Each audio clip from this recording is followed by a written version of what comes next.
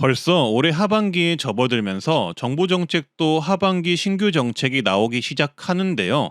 오늘은 7월 1일부터 시작되는 주민센터 신청 신규 혜택이 있는데 어르신분들은 모르실 것 같아서 내용 전달해드리고자 합니다. 그 전에 그보다 더 중요한 만 65세 이상이면 주민센터 가셔서 신청할 수 있는 정부 시행 노인 혜택들도 모두 정리해서 같이 말씀드릴 예정입니다. 영상 순서는 이렇습니다. 만 65세 이상 주민센터 신청 혜택 12가지 말씀드리고요. 노인 혜택과 전국민 신청 가능 혜택 위주로 정리를 해봤습니다.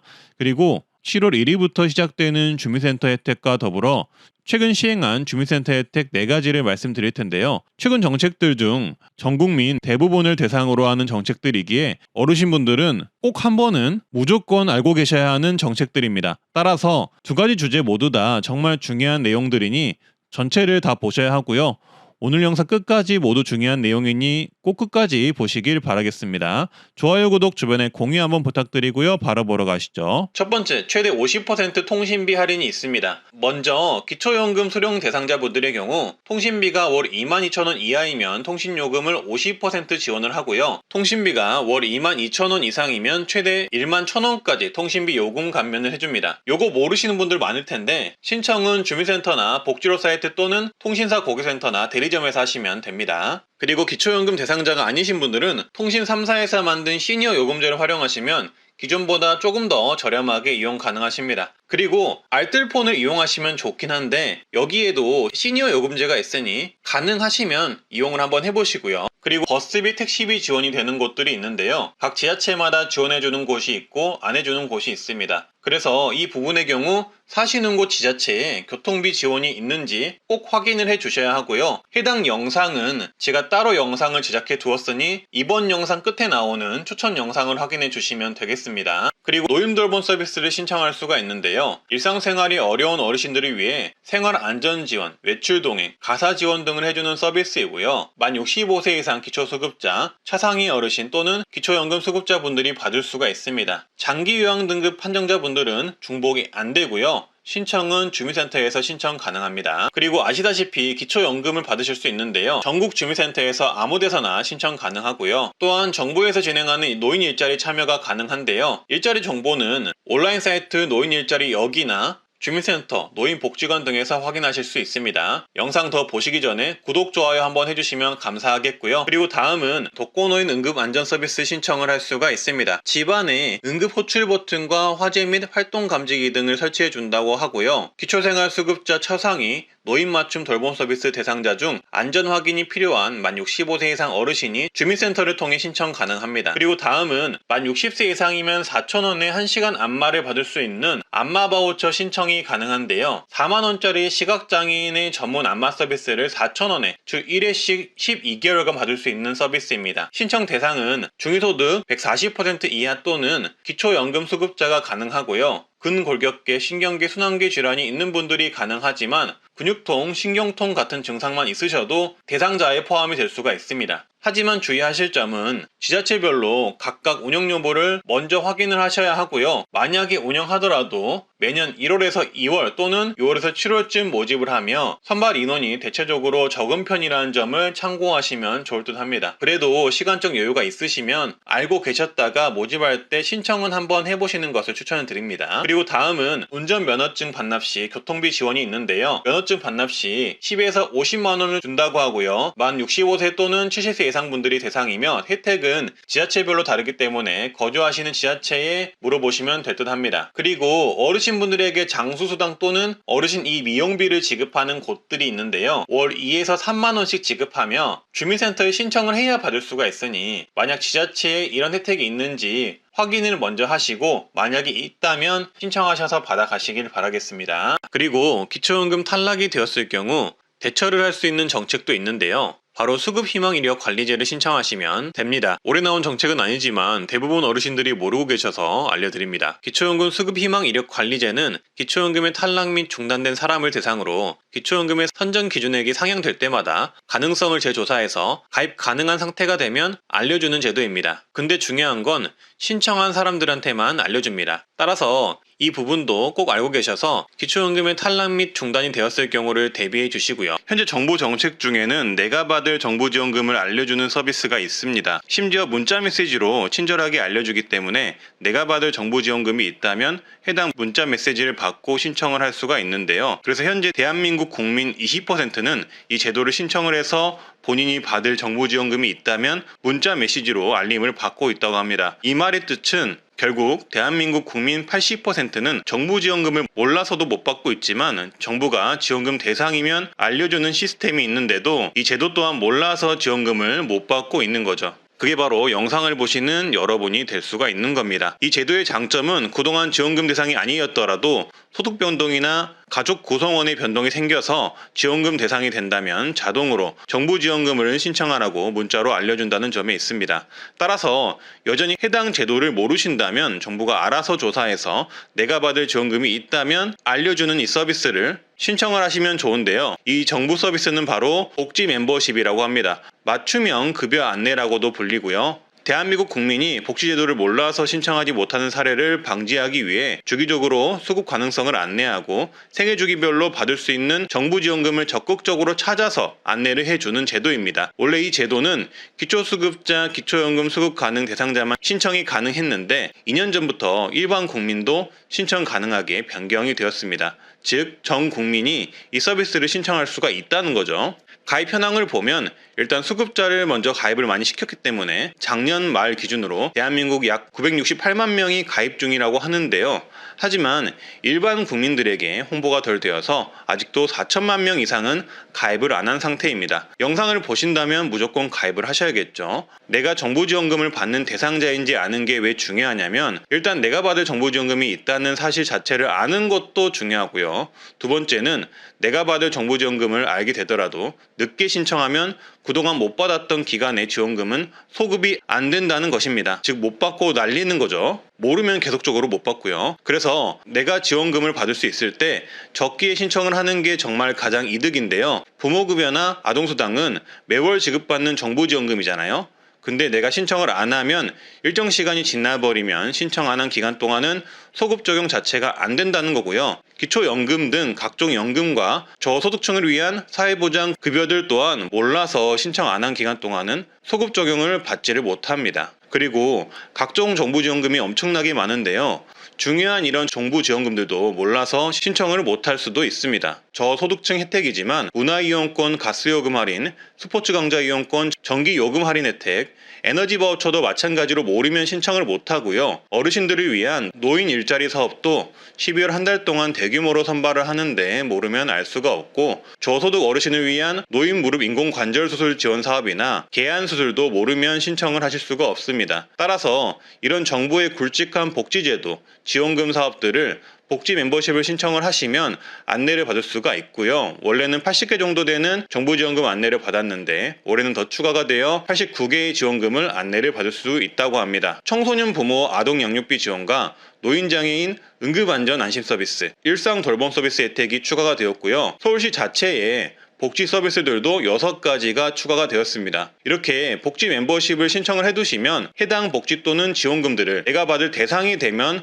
문자로 자동으로 알림을 받게 되어서 좋고요. 앞으로 안내되는 지원금 종류가 훨씬 더 많이 추가될 것이라고 하니 가입해 두시면 무조건 좋습니다. 왜냐하면 지자체 지원금까지 합치면 수천 가지의 복지와 지원금이 있기 때문입니다. 이 다양한 지원금이 모두 연동이 되려면 시간이 좀 소요가 되겠지만 가입만 한번 해두시면 내가 지원금 대상이 되면 문자로 알림을 받아볼 수 있기에 정말 편리하고 좋은 제도라고 보시면 되고요. 가입하는 방법은 간단합니다. 어르신분들은 스마트폰이 익숙치 않으신 분들이 많잖아요. 이런 분들은 거주지 관계없이 가까운 주민센터 방문해서 창구에 문의 후 신청을 하실 수도 있습니다. 주민센터 가셔서 복지 멤버십 신청을 하러 왔다고 말씀을 하시면 직원이 일 처리하기가 더 편할 겁니다. 해당 정책의 명칭을 정확히 말씀을 하셔야 헛걸음 하실 일 없으시니 꼭 복지 멤버십 정책 단어를 기억을 해주시고요. 인감 증명서를 대신할 수 있는 본인 서명 확인서를 주민센터에서 무료로 발급할 수가 있는데요. 앞으로는 이 본인 서명 사실 확인서가 인감 증명서와 동일한 효력이 될 예정이라고 합니다. 그래서 꼭 알아두시면 좋겠습니다. 심지어 무료 발급이 된다고 합니다. 본인 서명 사실 확인서는 신분증만 있으면 발급이 가능하고 4월 2일부터는 발급 수수료도 무료가 되는 제도인데요. 4월 2일부터 인감증명서와 동일한 효력이 적용이 되어서 부동산 매도, 자동차 매도 등의 다양한 용도의 인감증명서 대신 사용할 수 있다고 합니다. 따라서 인감증명서는 인감도장을 미리 제작해서 읍면동 주민센터에 사전 신고해야만 발급할 수 있는 번거로움이 있는 데 비해 본인 서명 사실 확인서는 사전 신고할 필요 없이 신분증과 본인 서명만 있으면 그 즉시 전국 주민센터에서 발급이 무료로 가능하다고 합니다. 사실상 이제 인감증명서 사용보다는 본인 서명 사실 확인서를 사용하는 것이 훨씬 더 편리해졌다고 보시면 되겠습니다. 무료 발급도 해주고 인감증명서와 동일한 효력을 지녔으니까요. 그래서 이렇게 편리한 제도인데 아직도 많은 분들이 모르고 계셔서 인감증명서만 발급하고 있어서 정부에서 홍보 차원으로 발급 수수료를 2028년까지 무료로 할 것이라고 합니다. 그리고 다음 내용도 주민센터에서 신청 가능한 새로운 제도인데요. 전 국민을 대상으로 하는 제도이니 누구나 미리 꼭 한번 알아두시면 정말 좋은 제도이고요. 어르신이라면 필수로 들어보셔야 하는 제도입니다. 그리고 6월부터는 긴급돌봄 서비스가 시범사업으로 시작이 되는데요. 이 시범사업이 진행되는 지역의 경우는 누구나 이용 가능한데요. 아무래도 어르신분들에게 더욱더 유익한 서비스가 될 듯합니다. 이 긴급돌봄 서비스는 장기 요양 서비스를 받는 분들이 지원을 받는 것처럼 긴급하게 요양보호사 등이 가정을 방문해서 신체활동 지원, 가사 지원, 이동 지원 서비스를 받을 수 있는 제도입니다. 보통은 노인장기 요양 대상자나 돌봄 대상자로 판정을 받지 않으면 이런 돌봄 서비스는 절대로 받지 못했는데요. 하지만 앞으로는 갑작스러운 질병, 부상, 돌봄자의 부재 등으로 혼자 생활을 수행하기 어려움에도 돌봐줄 가족이 없거나 다른 서비스를 이용할 수 없는 경우 이 긴급 돌봄 서비스를 신청할 수 있도록 해줍니다. 나이에 상관없이 받을 수 있고요. 신청을 하면은 신속하게 긴급 돌봄을 지원해주기 때문에 다른 돌봄 지원 서비스와는 차별화가 되는 것이죠. 지원 내용은 요양보호사 등이 가정을 방문해 기본 돌봄 지원을 해주는 것이고요. 월 최대 72시간, 하루 최대 8시간 내로 이용자가 희망하는 시간을 지원하되 30일 내에서만 이용이 가능합니다. 한마디로 노인 장기 요양 지원 제도와는 다르게 임시적인 지원을 해주는 것이죠. 다만 본인 부담금은 소득에 따라 다를 수 있다고 합니다. 시행지역은 기본적으로 많은 지자체에서 시행을 하는데요. 시범 사업이기 때문에 지원을 안 하는 지자체도 있을 수 있으니 14개 시도의 시행 지자체를 확인을 해 주시는 게 필수입니다. 따라서 앞으로는 1인 가구 20대 청년이거나 혼자 사시는 중년 또는 어르신이더라도 큰 부상이나 질병 등으로 거동이 어렵고 다른 가족의 지원이 어렵다면 이 긴급 돌봄 서비스를 신청하실 수가 있고요. 만약에 병원에서 퇴원을 하시는 경우라면은 병원 내 퇴원 지원실을 통해서도 신청이 가능하다고 합니다. 신체 일상 지원 및 청소, 식사 준비, 설거지 등 가사 서비스를 받을 수가 있습니다. 또한 돌봄이 필요한데 원래 본인을 돌봐주는 자녀가 입원하게 되는 경우 긴급 돌봄 서비스를 신청해 자녀가 치료를 마치고 퇴원할 때까지 요양보호사 등의 돌봄을 받을 수 있게 됩니다. 말 그대로 긴급 돌봄 서비스이기에 서비스 신청 후 24시간 내로 접수가 이루어지도록 지원을 하고 신청 접수 최대한 빠른 시간 내에 돌봄 서비스를 제공한다는 점이 특징이라고 보시면 되겠습니다. 기존의 주민센터 돌봄 지원 서비스나 노인 장기 요양 제도들과는 다르게 임시적이긴 하지만 신청 후 바로 긴급하게 돌봄 서비스를 제공할 수 있도록 해준다는 것이 큰 특징이라고 보시면 되겠습니다. 따라서 영상을 보신 분들은 이 제도 체크해 두셨다가 필요하실 일이 만약에 있다면 꼭 활용을 하시고요. 7월 1일부터는 주민센터 가시면 이 혜택을 신청하실 수가 있는데요. 꼭 필기해 두시고 필요할 때 혜택 받아보시길 바라겠습니다. 정부는 현재 국민들의 정신건강 보호를 위해 힘쓰고 있는데요. 따라서 국민 100만 명에게 앞으로 전문심리 상담 지원 정책을 시작한다고 합니다. 일단 7월 1일부터 시작해서 점점 단계적으로 전문심리 상담을 더 많은 사람들이 받을 수 있게 국가적으로 지원을 하겠다는 것인데요. 심리상담 서비스는 1회당 50분씩 총 8회를 제공할 예정이며 1급 유형 상담 시 1회당 8만 원을 지원을 하고 2급 유형 상담 시 1회당 7만 원을 지원을 한다고 합니다. 본인 부담금은 0%에서 소득에 따라 30%까지만 부담하도록 하겠다고 하는데요. 한마디로 소득이 적으면 8만 원짜리 심리상담 8회를 무료로 받을 수 있는 것이고 소득이 많다면 일부 부담을 하게 되는 것입니다. 따라서 국가가 이렇게 국민들의 정신 건강을 위한 정책을 시행을 하니 혹시나 필요하신 분들은 메모해 놓으셨다가 꼭 활용을 해보시길 바라겠습니다.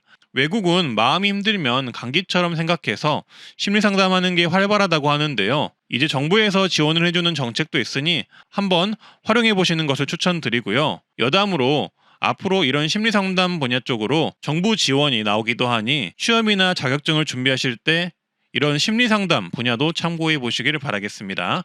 해당 혜택 신청은 주민센터 방문 신청으로 받는다고 하니 7월 달에 꼭 참고하셔서 필요하신 분들은 신청하시길 바라겠습니다. 이제 주민센터에 가시면 혼자 사시는 노인 누구나 응급안전안심서비스 신청이 가능해집니다. 응급안전안심서비스는 65세 이상인 노인이 홀로 지내거나 2인으로 구성된 가구 및 조성 가구 등 상시 보호가 필요한 가구 또는 장애인에게 지원해주는 서비스인데요. 집안 내 화재가 있거나 응급호출이 필요할 때 혹은 어르신이 장시간 쓰러짐이 있을 때 이를 자동으로 감지해 119 소방서로 바로 신고해주는 서비스입니다. 따라서 어르신이 사시는 집에 설치가 되어 있다면 좋은데요. 일부 어르신들에게 지원을 해줍니다. 원래는 이 정보 서비스를 신청을 하려면 많은 제약이 있었으나 이제는 혼자 사시는 노인 누구나 가능해진다고 보시면 되겠고요. 주민센터 가셔서 신청이 가능합니다. 더 자세히 설명드리자면 화면을 보시면 이해가 편한데요. 이렇게 집안 내에 응급호출기, 단말기, 활동량 감지기, 화재 감지기,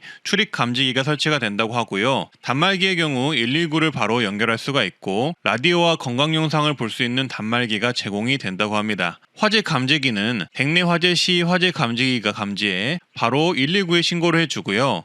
응급호출기는 화장실이나 침실에 설치해서 응급 상황 시 버튼만 눌러도 간편하게 119로 신고할 수 있는 기능이라고 합니다. 활동량 감지기는 움직임이나 심박호흡 등을 측정해서 쓰러지거나 의식을 잃은 경우 응급관리 요원의 안부를 확인해 준다고 합니다. 이런 서비스를 무료로 설치를 해주는 게 응급안전안심 서비스인데요. 2023년까지 23만 가구에 설치가 되었고 이를 통해 응급호출 1만 7천 건 출동, 화재 발생 6,800건 출동, 활동 미감지 13만 건 출동을 해서 2023년에 다양한 응급 상황을 조치를 해주었다고 합니다. 어떻게 보면 많은 분들의 생명을 살린 서비스라고 보시면 되겠습니다. 어르신들의 위험 상황을 파악해 15만 건이나 응급 조치를 해주었기 때문이죠. 따라서 이 응급안전안심 서비스는 신청 대상 조건만 맞으면 신청을 해보실 필요가 있고요. 혼자 사는 어르신이나 장애인, 노인 부부 가구 등이 가능하나 자세한 선정 기준은 지역센터로 문의하라고 홍보 포스터에 나와 있으니 참고를 해주시면 되겠습니다. 오늘은 이렇게 어르신분들이 주민센터에서 신청 가능한 정책들 모두 정리를 해봤는데요.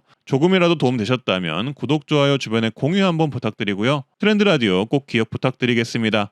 오늘도 건강하고 행복한 하루 되세요. 감사합니다.